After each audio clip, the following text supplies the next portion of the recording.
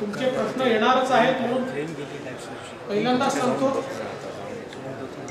भारतीय जनता पक्षामध्ये ही पद्धत आहे। आता आमच्या सेंट्रल पार्लमेंटरी बोर्डाची बैठक होती। त्या बैठकीमध्ये चारही राज्य म्हणजे गोव्याकरता देखील एक सेंट्रल ऑब्झर्वर हे नियुक्त होते। ते सेंट्रल ऑब्झर्वर गोव्यामध्ये उद्या किंवा परवा जे काय असेल उद्याच येते आणि त्यानंतर लेजिस्लेचर पार्टीची बैठक होऊन आम्ही गव्हर्नर साहेबांकडे जाऊ। त्यामुळे आम्हाला मेजॉरिटी मिळाल्यामुळे आम्हाला धावपळ करण्याची आवश्यकता नाही आहे। काँग्रेस पक्षाला असं वाटत होतं की त्यांनाच मेजॉरिटी मिळेल म्हणून त्यांनी कालच गव्हर्नरला पत्र देऊन आज 3 वाजताची वेळ मागितली होती, पण आज 3 वाजता काँग्रेसचं कोणीच त्या ठिकाणी गेलं नाही, कारण जाण्यालायक त्यांच्याकडे काही वाचलंच नव्हतं। त्यामुळे गव्हर्नर साहेब वाटच पाहत होते की बाबा कोण येत आहे, पण ते काही त्या ठिकाणी गेले नाही। मला असं वाटतं की या ठिकाणी गोव्यामध्ये अतिशय चांगलं काम आमच्या सरकारने केलंय।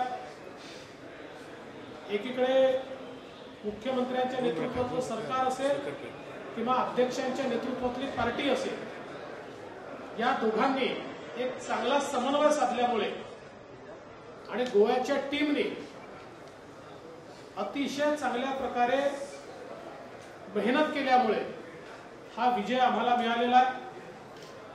आम्ही जे लोक बाहेरून आलेलो आहोत, महाराष्ट्राची टीम देखील या ठिकाणी आली होती, त्यांनी चांगलं काम केलं, पण मुळात हा विजय गोव्याच्या टीमचा विजय आहे, गोव्याच्या टीमने केलेल्या कामाचा विजय आहे। म्हणून मी माननीय मुख्यमंत्री असतील, त्यांच्या मंत्रिमंडळातले त्यांचे सगळे सहकारी असतील, माननीय प्रदेश अध्यक्ष असतील, त्यांच्या पक्षातले सगळे पदाधिकारी असतील, त्यांच्या सोबतचे पदाधिकारी असतील, या सगळ्यांचं मनापासून अभिनंदन करतो। आमचे श्रीपाद भाऊ जे आमचे केंद्रीय मंत्री आहेत आणि गोव्यातले मोठे नेते आहेत, त्यांचे मोठं मार्गदर्शन आम्हाला या संपूर्ण निवडणुकीमध्ये त्या ठिकाणी आणि ते पूर्णपणे संपूर्ण वेळ त्यांनी या निवडणुकीत दिला, म्हणून त्यांचे देखील मनापासून अभिनंदन करतो, त्यांचे आभार मानतो। आणि आता पुढची 5 वर्ष ही गोव्याच्या समृद्धीची अशा प्रकारेच भारतीय जनता पक्षाने घोषित केला आहे, त्या समृद्धीकडे आम्ही गोवा घेऊन जाऊ हा विश्वास मी व्यक्त करतो।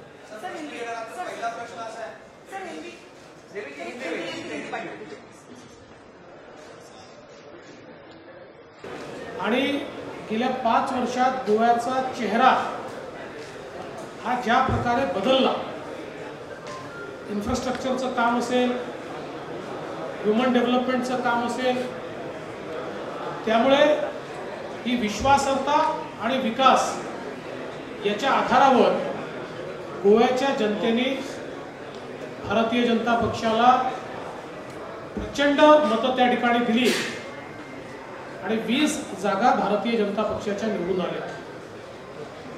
मला हे सांगताना आनंद वाटतोय की 3 अपक्षांनी बीजेपीला समर्थन दिलंय। आम्ही कालच हे अनाउन्स केलं होतं की आमची 21 आले तरी आम्ही काही लोकांना आमच्या सोबत घेऊन चालणार आहोत आणि त्याच परंपरेनुसार हे 3 अपक्ष असतील किंवा महाराष्ट्रवादी गोमांतक पार्टीनेही भारतीय जनता पक्षाला समर्थनाचं पत्र दिलेलं आहे। त्यामुळे एमजीपी देखील आमच्या सोबत असणार आहे। मी एमजीपीचे देखील आभार मानतो, या 3 अपक्षांचे देखील आभार मानतो आणि 25 लोकांच्या एका चांगल्या मेजॉरिटीने आम्ही सरकार फॉर्मेशन करू।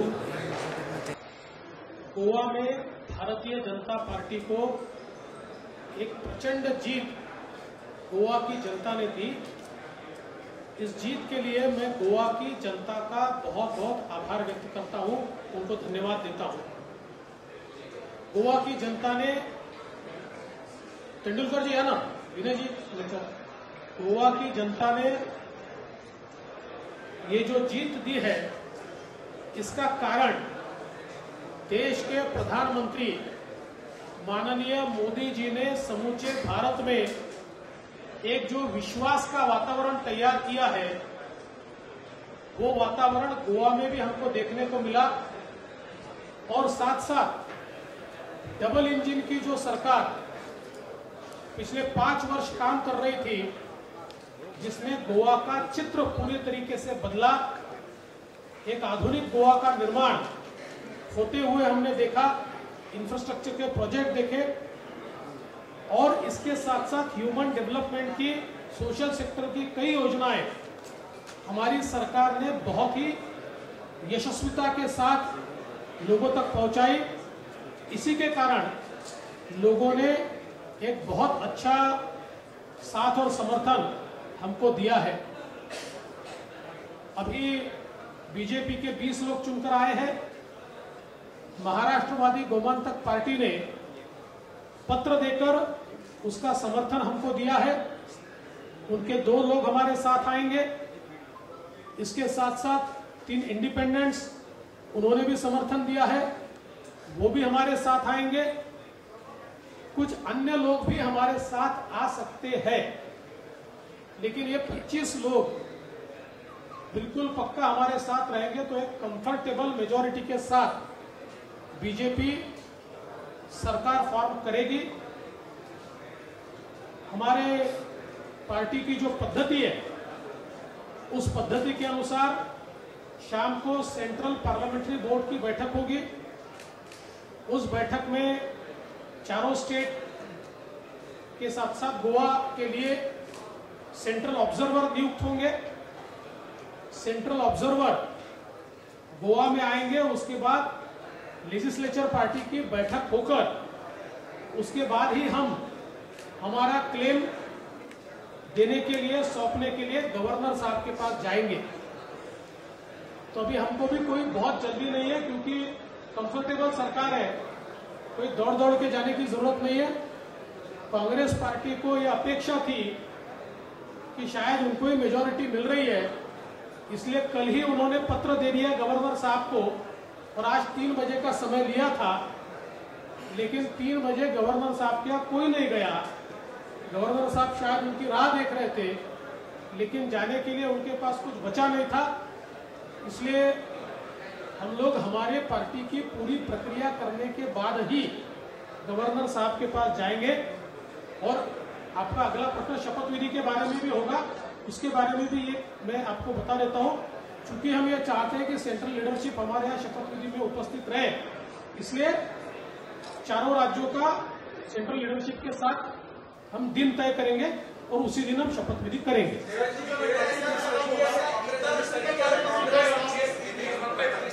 कांग्रेस पिछले 3 दिनों से अपने उम्मीदवारों को अलग अलग रिसोर्ट में घुमा रही थी ताकि आप लोग फिजिक में कर ले।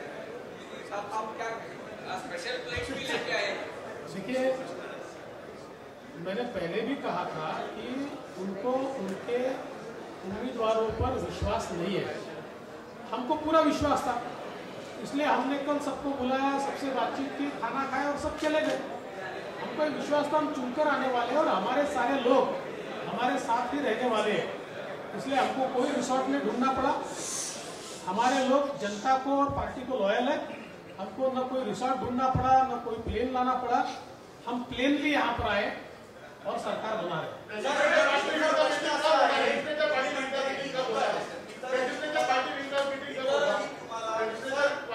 Tomorrow we will inform you, but mostly tomorrow. अभी हमारी बैठक होगी, लेकिन अभी हम आढावा लेंगे, चुनकर आए उनका स्वागत करेंगे, सत्कार करेंगे।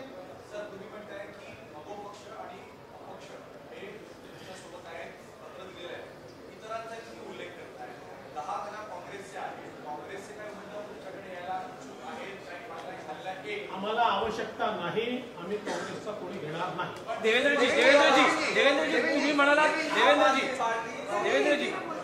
देवेंद्रजी उत्पल परिकर काफी टफ रहा पंजिम में, 5,000 से ज्यादा वोट मिले। अगर वो वापस बीजेपी में आना चाहते हैं या फिर आप उन्हें बीजेपी में न्योता देना चाहते हैं, तो ये प्रोसेस रहेगा। देखिए, आप एक बात समझ लीजिए कि परिकर ये भारतीय जनता पार्टी का अपना घर है। जहाँ तक उत्पल का सवाल है, हम तो ये चाहते थे कि बीजेपी से वो लड़े, हमने उनको टिकट भी दिया, लेकिन उनको पंजी से ही लड़ना था। अब इस संदर्भ में मैं इतना ही कह सकता हूँ कि जब इस प्रकार से कोई लड़ते हैं तो उसका निर्णय सेंट्रल लीडरशिप लेती है। बाकी हमारे मन में पर्रिकर परिवार के प्रति श्रद्धा है, विश्वास है। पार्सेकरांच्या बाबतीतही तसंच आहे का? पार्सेकरांच्या बाबतीत असं आहे की आज या संदर्भात बोलणं शक्य नाही, कारण हा आमचा अधिकारच नाही आहे, हा सेंट्रल पार्टीचा अधिकार आहे। पण तरी मी सांगतो, आम्हाला पार्सेकरांचं दुःख याकरता जास्त आहे की ते सिनियर आहेत, पार्सेकर हे मॅच्युअर्ड आहेत आणि त्यांना पक्षाने सगळी पदं दिली, त्यानंतरही त्यांनी अशा प्रकारची बंडखोरी करणं याचं दुःख जास्त। देवेंद्रजी आम्हाला दुःख आहे त्याचं। शेवटी बाबू आसगावकर यांना एका नवीन मतदारसंघामध्ये आम्ही चॅलेंजर म्हणून पाठवलं होतं।